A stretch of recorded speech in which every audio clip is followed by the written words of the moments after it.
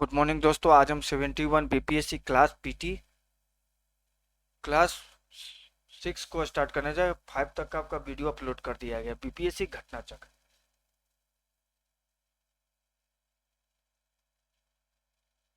और आपका हिस्ट्री का 10 बजे वीडियो अपलोड किया जा रहा है। और लुसेंट का क्लास भी काफ़ी इम्पोर्टेंट है बीपीएससी के लिए, तो आप वहाँ प्ले लिस्ट बना हुआ है, आप वहाँ देखिए। तो चलिए क्लास करते हैं। क्लास 6 महान्यायवी न्यायवादी, महाधिवक्ता और नियंत्रक, महालेखा परीक्षक। यहाँ से क्वेश्चन जो भी 40 में से 70 तक दिया गया है उसको देखते हैं। क्वेश्चन नंबर फर्स्ट, भारत सरकार को कानूनी विषयों पर कौन परामर्श देता है?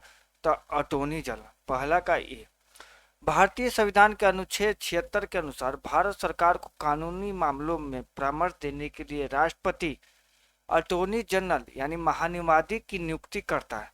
उच्चतम न्यायालय के न्यायाधीश नियुक्त होने की योग्यता रखने वाले किसी व्यक्ति को अटॉर्नी जनरल नियुक्त किया जा सकता है।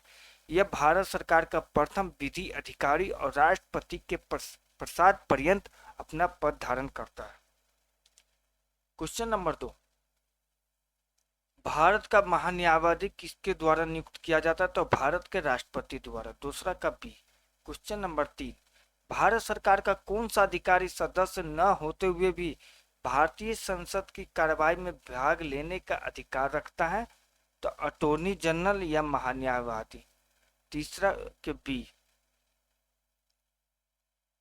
क्वेश्चन नंबर 4, एक गैर सदस्य के रूप में संसद के किसी एक सदन की कार्यवाही में भाग ले सकता है? कौन? महान्यायवादी। चौथा का सी और ए भी, उपराष्ट्रपति भी और महान्यायवादी भी। अब वरीयता अनुक्रम के अनुसार जो भी क्वेश्चन पूछा गया है अब उसे देखते हैं। क्वेश्चन नंबर फर्स्ट, भारत के वरीयता क्रम में निम्नलिखित में से कौन पहले आता है? तो पहला का ई, उपयुक्त में से कोई नहीं, उपयुक्त में से एक से अधिक। वरीयता अनुक्रम केंद्र एवं राज्य सरकारों में विभिन्न पदाधिकारियों के रैंक और ऑर्डर से संबंधित है। इस संबंध में वर्तमान अधिसूचना 26 जुलाई 1979 को जारी की गई थी, जिसके अनुसार संघ लोक सेवा आयोग के अध्यक्ष मुख्य निर्वाचन आयुक्त तथा भारत के नियंत्रक और महालेखक परीक्षक को वरीयता क्रम में एक समान 9 क्रम में रखा गया है। किसका? यूपीएससी के अध्यक्ष, मुख्य चुनाव आयुक्त एवं नियंत्रक एवं महालेखक परीक्षक, सीएजी। जबकि उच्च न्यायालय के मुख्य न्यायाधीश को अपने न्यायिक क्षेत्र में 14वें तथा उससे के बाहर 17वें क्रम में रखा हुआ है। उच्च न्यायालय का मुख्य न्यायाधीश को 14वें क्रम में या 17वें क्रम में रखा गया है। निम्नलिखित क्वेश्चन नंबर 2, निम्नलिखित शब्दों को तार्किक और सार्थक रूप में सजाइए। तो दूसरा का सी हो जाएगा। पहले राष्ट्रपति, फिर उपराष्ट्रपति, फिर प्रधानमंत्री, फिर अध्यक्ष, फिर सांसद। संसद, अब इससे रिलेटेड जो भी क्वेश्चन पूछा गया है उसमें देखते हैं। जैसे Lok Sabha. Question number first, Lok Sabha के लिए चुनाव में निर्वाचित होने के लिए किसी व्यक्ति के लिए न्यूनतम आयु सीमा कितनी है? तो 25 वर्ष। पहला का सी, अनुच्छेद 84 ख के अनुसार लोकसभा में निर्वाचित होने के लिए न्यूनतम आयु सीमा 25 वर्ष है तथा राज्यसभा में निर्वाचित होने के लिए न्यूनतम सीमा 35 वर्ष है। क्वेश्चन नंबर 2, लोकसभा का सदस्य चुने जाने के लिए एक व्यक्ति को किस आयु वर्ष से कम का नहीं होना चाहिए? तो 25 वर्ष से कम का नहीं होना चाहिए। दूसरा का सी। क्वेश्चन नंबर 3, संसद सदस्य बनने हेतु तो न्यूनतम उम्र सीमा क्या है? तो तीसरा का सी, 25 वर्ष। क्वेश्चन नंबर 4, लोकसभा सदस्य, राज्यसभा सदस्य एवं राष्ट्रपति बनने के लिए न्यूनतम उम्र क्या होनी चाहिए? तो 25, 30 एवं 35। लोकसभा सदस्य 25, राज्यसभा सदस्य 30 और राष्ट्रपति बनने के लिए 35। क्वेश्चन नंबर 5, लोकसभा में राज्यवार सीटों का आवंटन सन 1971 की जनगणना पर आधारित है। यह निर्धारण किस वर्ष तक यथावत रहेगा? तो 2026 तक रहेगा। पांचवा का बी। क्वेश्चन नंबर 6, प्रत्येक राज्य में लोकसभा की सीटों का निर्धारण परिसीमन आयोग द्वारा किया जाता है। इस परिसीमन को किस वर्ष तक रोक कर रखा गया है? तो 2026 तक। छठा का सी। क्वेश्चन नंबर 7, वर्तमान लोकसभा में प्रत्येक राज्य के लिए स्थानों का आवंटन आधारित है 1971 की जनगणना पर। सातवां का सी। क्वेश्चन नंबर 8, लोकसभा में आंग्ल भारतीय समुदाय से सदस्य मनोनीत करने की शक्ति किसके पास है? तो भारत के राष्ट्रपति के पास। प्रश्न काल में अनुच्छेद 331 के अनुसार लोकसभा में आंग्ल भारतीय समुदाय से सदस्यों को मनोनीत करने की शक्ति राष्ट्रपति के पास थी। राष्ट्रपति अधिकतम 2 सदस्यों को नामित कर सकता था। 104वां संविधान संशोधन अधिनियम 2019 द्वारा अनुच्छेद 334 में संशोधन करके लोकसभा एवं राज्य विधान सेवाओं में अनुसूचित जातियों अनुसूचित जनजातियों के आरक्षण की अवधि को तो 70 वर्ष से बढ़ाकर 80 वर्ष कर दिया गया, परंतु आंग्ल भारतीय सदस्यों के मनोनयन की व्यवस्था पर निष्प्रभावी कर दिया गया। क्वेश्चन नंबर 9, लोकसभा को उसके कार्यकाल की समाप्ति के पूर्व ही भंग किया जा सकता है किसके द्वारा? राष्ट्रपति द्वारा मंत्रिपरिषद की सलाह पर।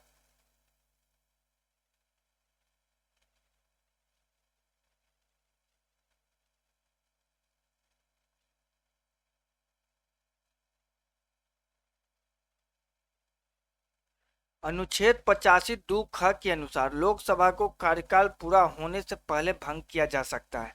ऐसा प्रधानमंत्री मंत्रिपरिषद की सिफारिश पर राष्ट्रपति द्वारा किया जा सकता है। हालांकि यदि मंत्रिपरिषद ने लोकसभा में बहुमत खो दिया है तो ऐसी मंत्रिपरिषद की सलाह पर लोकसभा को समय पूर्व भंग करने की बजाय राष्ट्रपति नई सरकार बन सकने की संभावना के संदर्भ में स्वविवेक का प्रयोग भी कर सकता है। क्वेश्चन नंबर 10, लोकसभा को कार्यकाल पूरा होने के पहले भंग किया जा सकता है। 10वां का डी, प्रधानमंत्री की सिफारिश पर राष्ट्रपति द्वारा। क्वेश्चन नंबर 10, लोकसभा को कार्यकाल पूरा होने के पहले भंग किया जा सकता है प्रधानमंत्री की सिफारिश पर राष्ट्रपति द्वारा। 10वां का डी। क्वेश्चन नंबर 11, लोकसभा में सामान्यतः कितने सत्र होते हैं? तो 3 सत्र होते हैं। 11 का ए। भारत के संविधान के अनुच्छेद 85 में संसद के सत्र श्रावसन और विघटन का प्रावधान है। इसके अंतर्गत राष्ट्रपति को संसद के प्रत्येक सदन का समय समय पर सत्र बुलाने की शक्ति दी गई है, परंतु राष्ट्रपति द्वारा संसद का सत्र इस प्रकार बुलाया जाना चाहिए कि एक सत्र की अंतिम बैठक और आगामी सत्र की प्रथम बैठक के मध्य 6 माह से अधिक का अंतर न हो। दूसरे शब्दों में एक वर्ष में संसद का कम से कम 2 सत्र बुलाया जाना चाहिए। वैसे भारत में लोकसभा की एक वर्ष में सामान्यतः 3 सत्र बुलाए जाते हैं। बजट सत्र फरवरी मई में, मानसून सत्र जुलाई अगस्त में, शीतकालीन सत्र नवंबर दिसंबर में। क्वेश्चन नंबर 12, लोकसभा के कम से कम कितने सत्र बुलाए जाते हैं? तो वर्ष में 2 बार। 12 का बी। क्वेश्चन नंबर 13, संसद के 2 सत्रों के बीच आधिकारिक अंतराल होना चाहिए 6 महीने का। 13 का बी। क्वेश्चन नंबर 14, कौन सा राज्य सबसे अधिक प्रतिनिधि लोकसभा में भेजता है? तो उत्तर प्रदेश। 14 का डी। उत्तर प्रदेश लोकसभा में सर्वाधिक प्रतिनिधि भेजता है। विकल्प में दिए गए लोकसभा में सदस्य संख्या इस प्रकार है: बिहार का 40, मध्य प्रदेश का 29, पश्चिम बंगाल का 42 और उत्तर प्रदेश का 80। क्वेश्चन नंबर 15, जहां तक लोकसभा में प्रतिनिधित्व का प्रश्न है, कौन से राज्य दूसरे तथा तीसरे दर्जे पर है? तो बिहार तथा महाराष्ट्र। दूसरे पे बिहार, तीसरे पे महाराष्ट्र।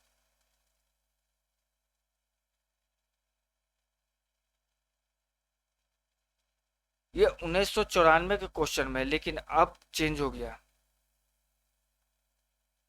अब दूसरे स्थान पर महाराष्ट्र है, तृतीय स्थान पर पश्चिम बंगाल है।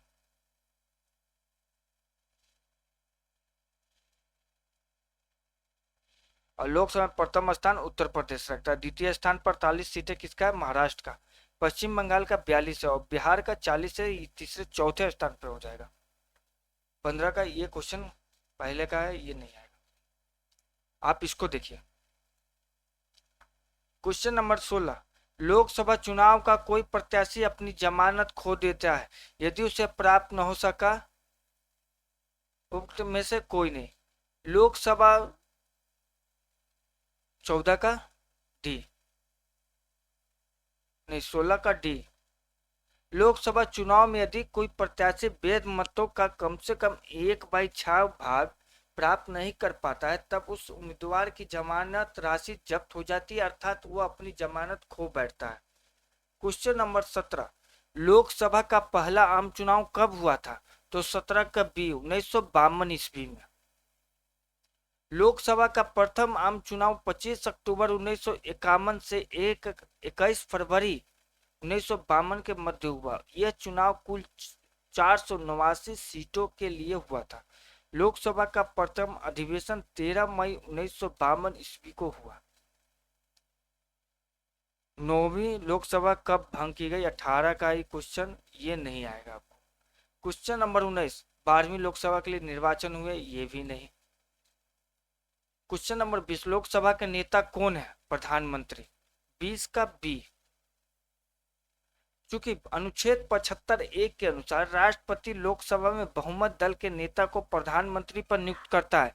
किसी भी सदन का नेता उस सदन का सदस्य ही होता है। यदि प्रधानमंत्री लोकसभा का सदस्य नहीं होता तो लोकसभा में सदन का सदस्य नेता किसी वरिष्ठ मंत्री को बनाया जाता है जो लोकसभा का सदस्य हो। Question number 21। लोकसभा के स्पीकर का निर्वाचन कौन करता है? तो लोकसभा के सभी सदस्यों द्वारा। 21 का सी। Question number 22। लोकसभा के वर्तमान उपाध्यक्ष कौन है? तो ये करंट अफेयर्स में आप देखिएगा। Question number 23। धन विधेयक पेश किया जा सकता है कहाँ? केवल लोकसभा में। 23 का ए। Question number 24। भारत के संसद का व्यय किसके द्वारा नियंत्रित किया जाता है? तो 24 का ई। उपयुक्त में से कोई नहीं, उपयुक्त में से एक से अधिक।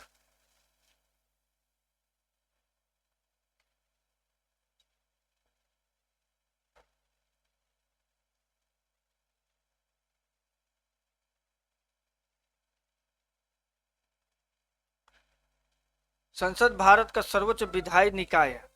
भारतीय संसद में राष्ट्रपति तथा 2 सदन राज्यसभा राज्यों की परिषद तथा लोकसभा लोगों का सदस्य होते हैं। राष्ट्रपति के पास संसद के दोनों सदनों में से किसी भी सदन को बुलाने या स्थगित करने अथवा लोकसभा को भंग करने की शक्ति है। भारत की संचित निधि, आकस्मिकता निधि व लोक लेखाओं पर भारत की संसद की अनुशंसा से ही वित्तीय स्वीकृति दी जाती है। अंततः भारत के संसद का व्यय संसद द्वारा ही नियंत्रित किया जाता है।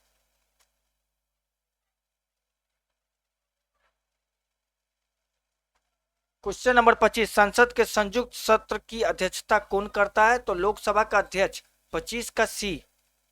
संविधान के अनुच्छेद 118(4) के अनुसार संसद के दोनों सदनों की संयुक्त बैठक की अध्यक्षता लोकसभा का अध्यक्ष स्पीकर करता है। Question number 26। संसद में कटौती प्रस्ताव का क्या उद्देश्य होता है? 26 का ये। सरकार के बजट प्रस्तावों के खर्चों में कटौती का प्रस्ताव प्रस्तुत करना। केंद्रीय बजट की अनुदान मांगों में संशोधन हेतु संसद के निचले सदन लोकसभा में प्रस्तुत किया जाने वाला प्रस्ताव कटौती प्रस्ताव कहलाता है। इसके द्वारा सरकार के बजट प्रस्ताव में व्यय हेतु प्रस्तुत अनुदान मांगों को अनुचित बताते हुए उसमें कमी का प्रस्ताव लाया जाता है। यह कटौती प्रस्ताव 3 प्रकार के होते हैं: नीतिगत कटौती, सांकेतिक कटौती एवं व्यय कटौती प्रस्ताव। Question number 27। एक एमपी की सीट को रिक्त घोषित किया जा सकता है यदि वह सदन से लगातार 2 माह तक की अवधि के लिए अनुपस्थित रहता है। भारतीय संविधान के 27 का बी होगा। भारतीय संविधान के अनुच्छेद 101(4) के तहत संसद तथा अनुच्छेद 190(4) के तहत राज्य विधानमंडल के किसी सदस्य की सदस्यता तब समाप्त समझी जाती है जब वो 60 दिन की अवधि तथा सदन की अनुज्ञा के बिना उसके सभी अधिवेशनों से अनुपस्थित रहता है। परंतु इस अवधि में सदन के सत्रावसान या निरंतर 4 से अधिक दिनों के लिए स्थगित समय नहीं जोड़ा जाएगा। क्वेश्चन नंबर 28, भारत का प्रधानमंत्री मुख्य केंद्रीय सरकार का मुख्य होता है। क्वेश्चन नंबर 29, लोकसभा के अध्यक्ष को प्राप्त है 29 का केवल समान मत होने की स्थिति में मतदान का अधिकार। चलिए इसको पढ़ते हैं। इसको संविधान के अनुच्छेद 101 के अनुसार लोकसभा का अध्यक्ष लोकसभा में किसी विषय पर मतदान में प्रथमतः मत नहीं देगा, किंतु बराबर रहने की दशा में उसका निर्णायक मत होगा और वह उसका प्रयोग करेगा। इस प्रकार समान मत होने की स्थिति में लोकसभा के अध्यक्ष को मतदान का अधिकार प्राप्त है। इसके अतिरिक्त अनुच्छेद 96(1) के अनुसार जब अध्यक्ष उसके पद से हटाने का संकल्प लोकसभा में विचाराधीन है तो वो उपस्थित रहने पर भी पीठासीन नहीं होगा। और अनुच्छेद 96(2) के अनुसार ऐसी स्थिति में वह ऐसे संकल्प पर या ऐसी कार्रवाइयों के दौरान किसी अन्य विषय पर प्रथमतः ही मत देने का हकदार हो, किंतु मत बराबर होने की दशा में मत देने का हकदार नहीं होगा। क्वेश्चन नंबर 30, संविधान का कौन सा अनुच्छेद किसी सांसद के लाभकारी पद पर रोक लगाता है? तो 30 का डी अनुच्छेद 102(1)(a। क्वेश्चन नंबर 31, लोकसभा में आंग्ल भारतीय समुदाय का प्रतिनिधित्व की क्या स्थिति है? 104वें संविधान संशोधन द्वारा उनका मनोनीत करना और समाप्त कर दिया गया है। 31 का ए। अब राज्यसभा से रिलेटेड जो भी क्वेश्चन है कल की क्लास में देखते हैं दोस्तों। तो थैंक यू।